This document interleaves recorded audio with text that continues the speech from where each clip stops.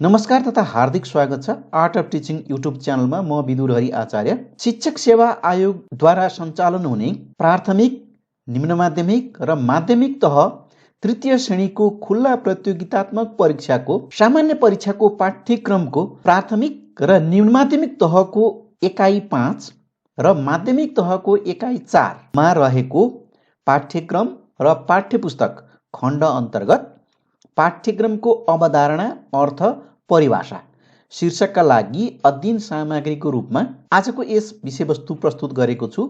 साथै प्राथमिक, निम्न माध्यमिक र माध्यमिक तह द्वितीय र प्रथम श्रेणी 25% आन्तरिक बढुवा परीक्षाको लिखित परीक्षाका लागि पनि महत्त्वपूर्ण विषयवस्तु बुदागत रूपमा प्रस्तुत गर्दै यस इकाइमा आधारित नमुना प्रश्नहरू समेत समावेश गरेको छु। साथै नेपालको वर्तमान पाठ्यक्रमको निर्माण प्रक्रिया समेत यस अध्ययन सामग्रीमा समावेश गरेको छु। यसका लागि भिडियो सामग्रीलाई अन्तिमसम्म हेरेर साथ दिनुहुन र शिक्षक सेवा आयोग तथा लोक सेवा आयोगका नेपाल शिक्षा सेवा अन्तर्गत राजपत्राङ्कित तृतीय श्रेणी, राजपत्र अनङ्कित प्रथम श्रेणी प्राविधिक सहायक तथा सहायक 5औं तहको लिखित परीक्षाका लागि अन्य महत्त्वपूर्ण अध्ययन सामग्री प्राप्त गर्नका लागि यस आर्ट अफ टिचिङ युट्युब च्यानललाई सब्सक्राइब गर्नुहुन र यहाँहरूको अमूल्य सुझाव दिनुहुन अनुरोध गर्दै सुरु गरौँ आजको महत्त्वपूर्ण सामग्री। प्राथमिक र निम्न माध्यमिक तहको इकाइ 5 र माध्यमिक तहको इकाइ 4 मा रहेको पाठ्यक्रम र पाठ्यपुस्तक शीर्षक अन्तर्गत यो अध्ययन सामग्री तयार पारिएको छ। यस सामग्रीभित्र रहेका मुख्य शीर्षकहरूमा पाठ्यक्रमको अवधारणा, पाठ्यक्रमको अर्थ परिभाषा, पाठ्यक्रम निर्माण तथा कार्यान्वयनमा प्रभाव पार्ने तत्त्वहरू र नेपालमा पाठ्यक्रम विकास प्रक्रिया सम्बन्धी सामग्री प्रस्तुत गरिनेछ भने यसै सामग्रीभित्र आधारित केही नमुना वस्तुगत प्रश्नहरू नमुनाको रूपमा अध्ययन सामग्री अध्ययन गरिसकेपछि यहाँ केही नमुना वस्तुगत प्रश्नहरू रहेका छन्। यी विषयवस्तुहरू प्रस्तुत गरिनेछ। सबैभन्दा पहिला पाठ्यक्रमको अवधारणा। पाठ्यक्रमलाई हामी शाब्दिक अर्थमा धावन मार्ग वा दौडको मैदान भनेर यसलाई अर्थ लगाइएको छ।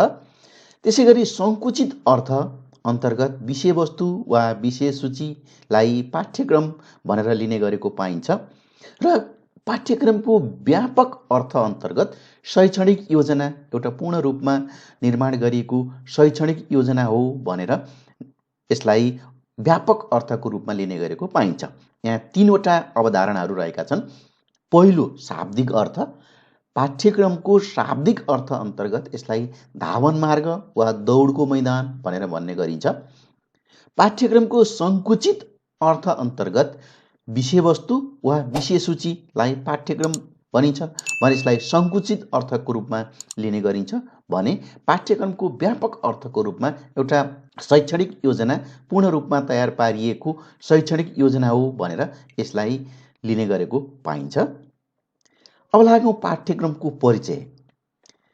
विद्यालय परिधिभित्र पठन पाठन गरिने विषयलाई पाठ्यक्रमको संज्ञा दिनु पाठ्यक्रमलाई सीमित परिधिभित्र खुम्च्याउनु हो। यसअगाडि हामीले भनिसकेका छौँ। एउटा विद्यालयको 4 देवारभित्र मात्रै पठन पाठन गरिने विषयलाई पाठ्यक्रम भनेर हामीले संज्ञा दियौँ भने त्यसलाई पाठ्यक्रमलाई एउटा सीमित घेराभित्र खुम्च्याउनु हो, सीमित गरिनु हो भनेर यसलाई भन्न सकिन्छ। पाठ्यक्रम विद्यालयको पूर्ण जीवन र कार्यक्रमको सन्दर्भमा प्रयोग गरिन्छ।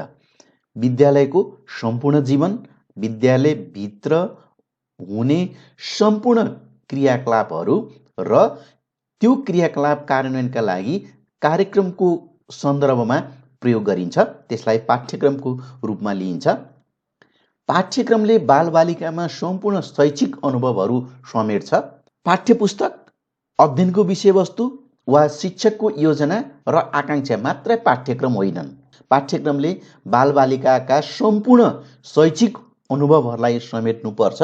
एउटै पाठ्यपुस्तक, कुनै अध्ययनको विषयवस्तु वा शिक्षकको योजना वा शिक्षकको आकाङ्क्षा मात्रै यी पाठ्यक्रम होइनन्।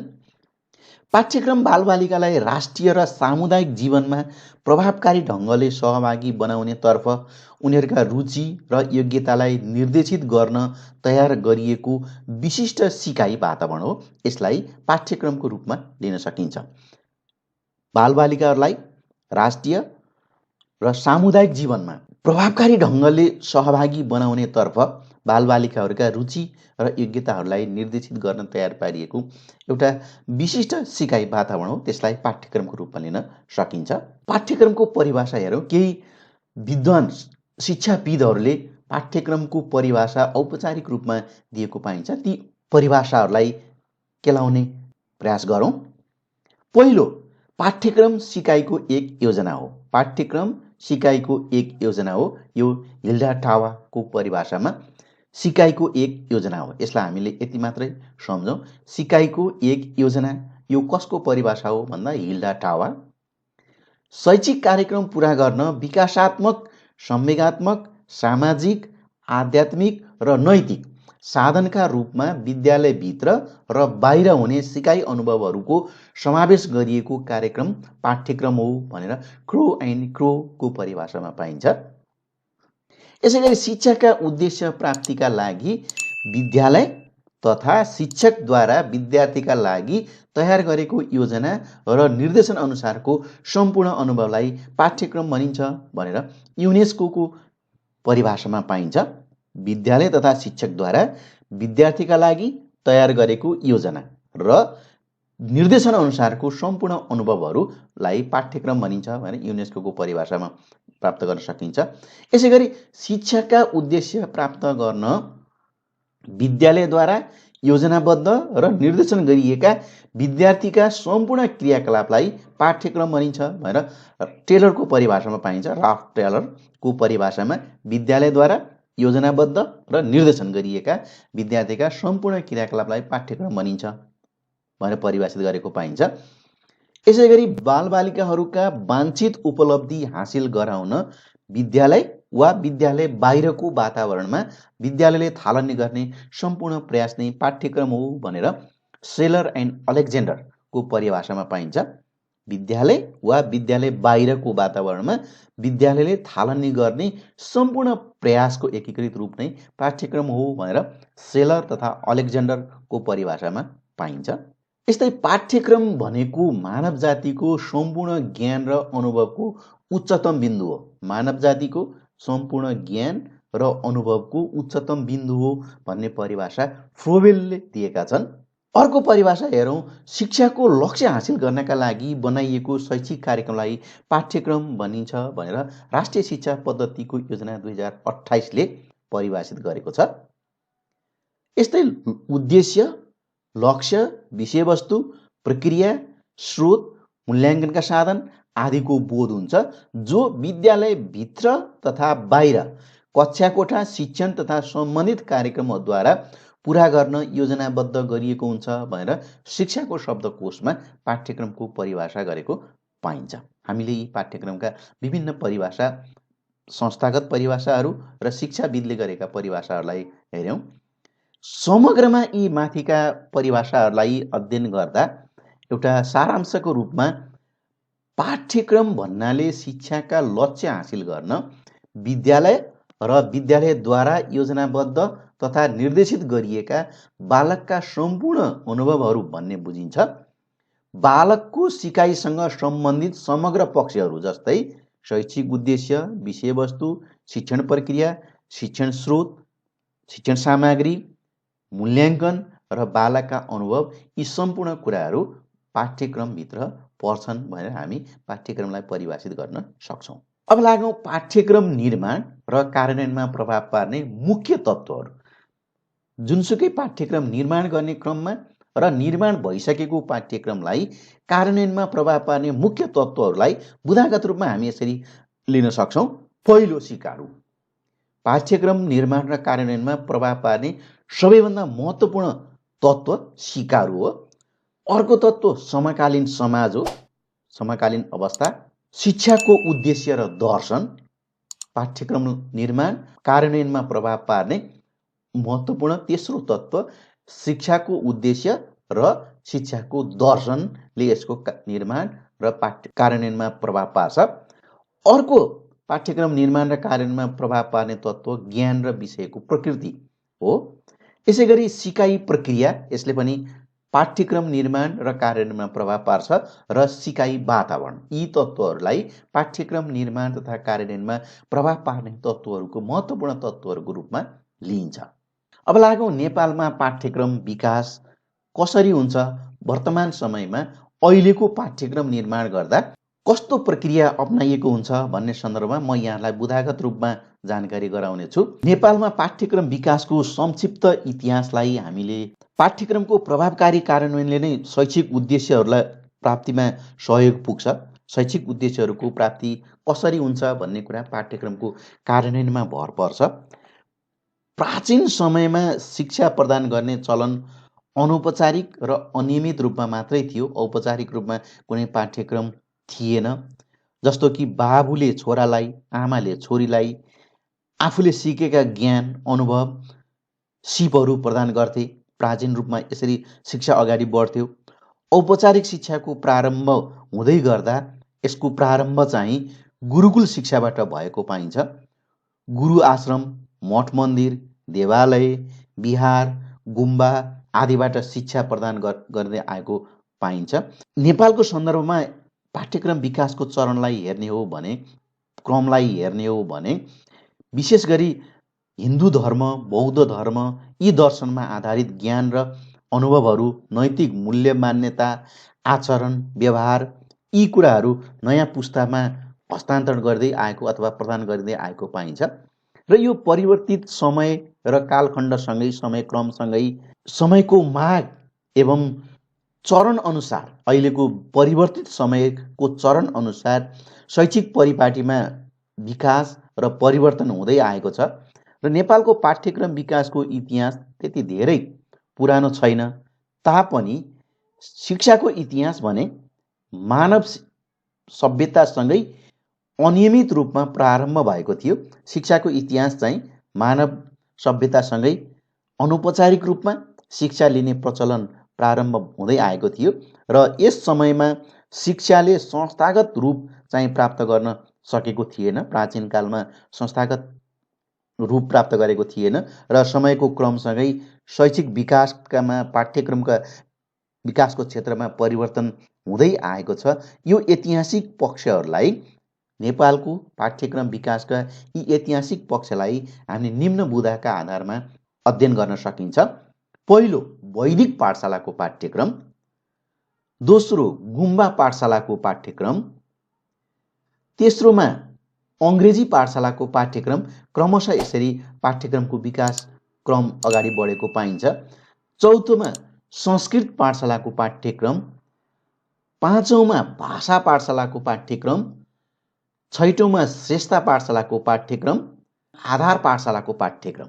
यसरी सुरुवाती प्राचीन कालदेखि 2007 सालको परिवर्तन पश्चात अथवा 2004 सालमा नेपालमा जुन आधार पाठशालाहरूको स्थापना भयो, आधार पाठशालाको स्थापना क्रमसँगै त्यहाँ विभिन्न विषयवस्तुहरू अध्यापन हुने गर्दथे र विशेष गरी 2007 साल पछाडि प्रजातन्त्रको स्थापना पश्चात र 2017 सालमा भएको राजनीतिक परिवर्तन पश्चात विक्रम सम्वत 2028 सालमा राष्ट्रिय शिक्षा पद्धतिको योजना लागू भयो र राष्ट्रिय शिक्षा पद्धतिको योजना लागू भएसँगै औपचारिक रूपमा पाठ्यक्रमको ढाँचा त्यसले लागू गर्यो र औपचारिक रूपमा पाठ्यक्रमको विकास क्रम यसरी अगाडि बढेको पाइन्छ।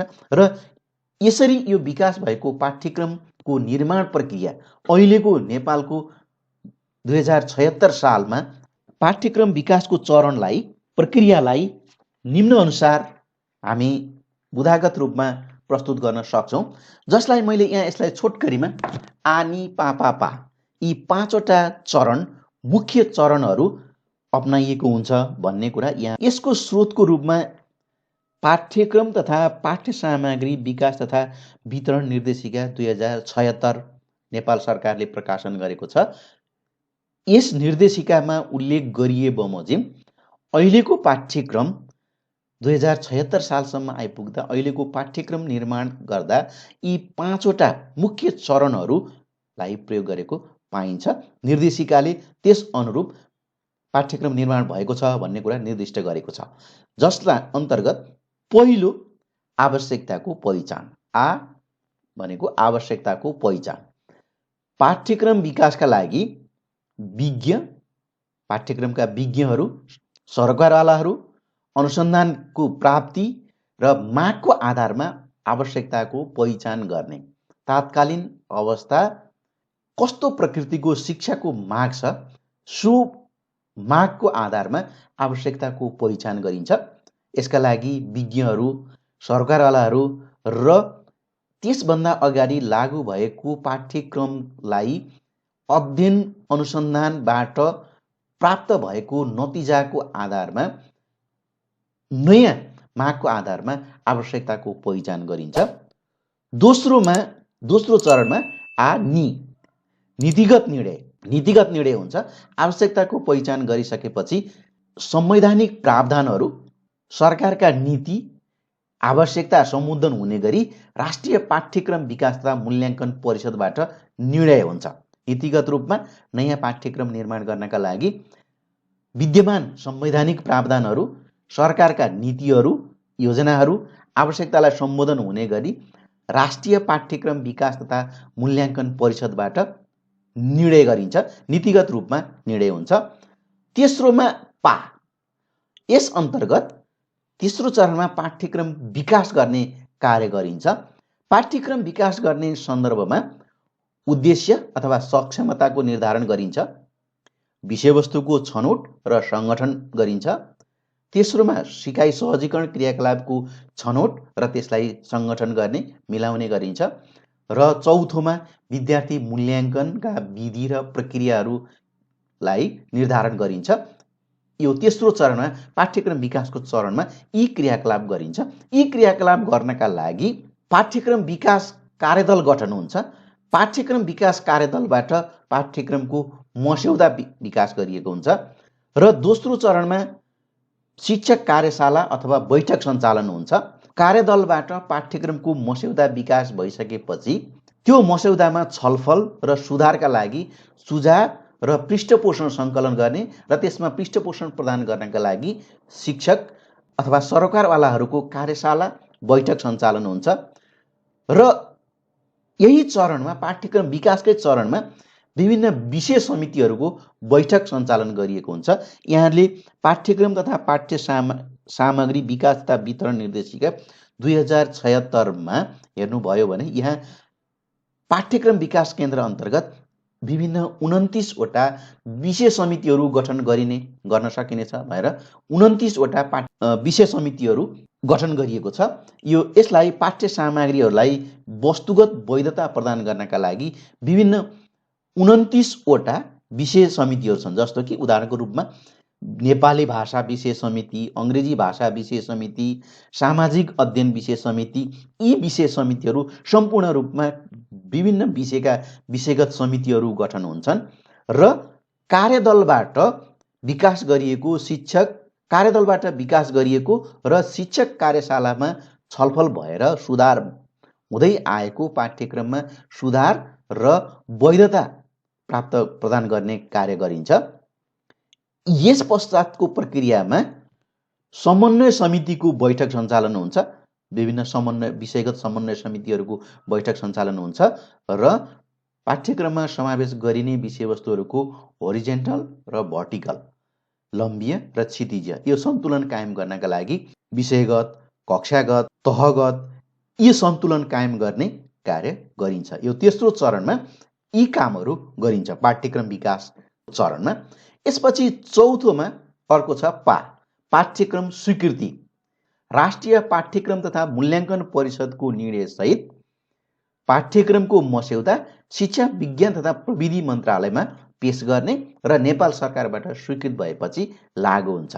जुन तेस्रो चरणमा विकास गरिएको पाठ्यक्रम छ त्यो पाठ्यक्रमको मस्यौदालाई मन्त्रालयमा पेश गरिन्छ, शिक्षा, विज्ञान तथा प्रविधि मन्त्रालयमा पेश गरिन्छ र त्यसलाई नेपाल सरकारबाट स्वीकृत भएपछि लागू हुन्छ। र लागू भइसकेपछि पाठ्यक्रममा मूल्याङ्कन र सुधारका कुराहरू अगाडि बढाउनका लागि पाठ्यक्रम विकास केन्द्रले पाठ्यक्रमको मूल्याङ्कनको एउटा ढाँचा निश्चित गरिएको हुन्छ, सूचकहरू निश्चित गरिएको हुन्छ।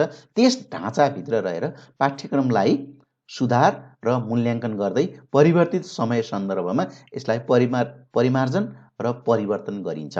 यो चरणमा नेपालमा पाठ्यक्रमको विकास भएको अहिले पाइन्छ। यो शीर्षक अन्तर्गत केही नमुना प्रश्नहरू विषयवस्तु अध्ययन गरिसकेपछि यस अन्तर्गत प्राप्त हुन सक्ने केही नमुना प्रश्नहरू आफैले पनि यहाँले प्रश्नहरू निर्माण गर्न सक्नुहुन्छ। जस्तो कि पाठ्यक्रमलाई कार्ययोजनाको रूपमा व्याख्या गर्ने पाठ्यक्रमविद को हुन् भनेर यहाँलाई प्रश्नको रूपमा आउन सक्छ।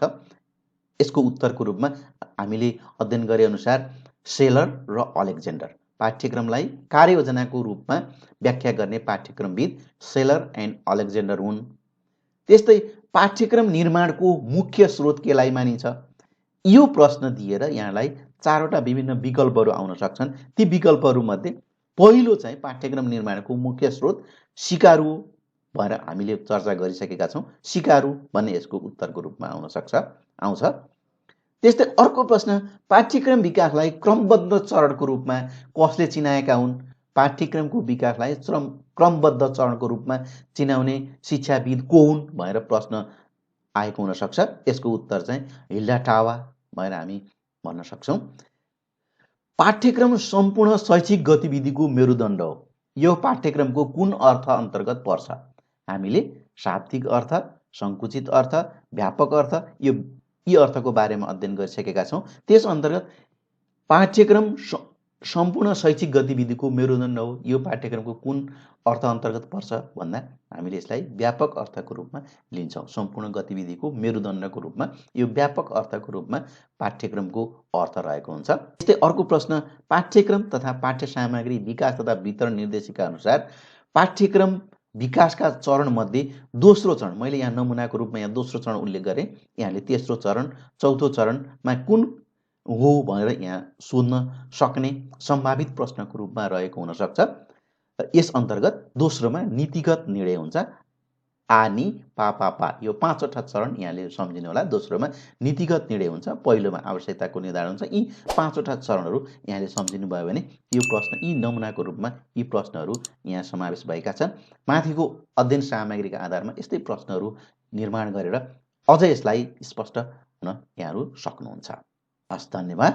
आजको यस सामग्रीमा मुख्य गरी पाठ्यक्रमको अर्थ, परिभाषा, पाठ्यक्रम विकासका नेपालमा पाठ्यक्रम विकासको क्रम र वर्तमान पाठ्यक्रम निर्माण गर्दा अपनाइएको प्रक्रिया र यस सन्दर्भमा विभिन्न नमुना प्रश्न यहाँलाई प्रस्तुत गरेको छु। पक्कै पनि यहाँलाई शिक्षक सेवा आयोगको सामान्य परीक्षाको तयारी गर्नका लागि यो विषयवस्तु महत्त्वपूर्ण रहने अपेक्षा गर्दै अन्तिमसम्म यो विषयवस्तुलाई हेरिदिनु भएकोमा, साथ दिनुभएकोमा यहाँलाई हार्दिक धन्यवाद व्यक्त गर्दै पुनः अर्को सामग्रीमा भेट हुनेछ। हस्, धन्यवाद, नमस्कार।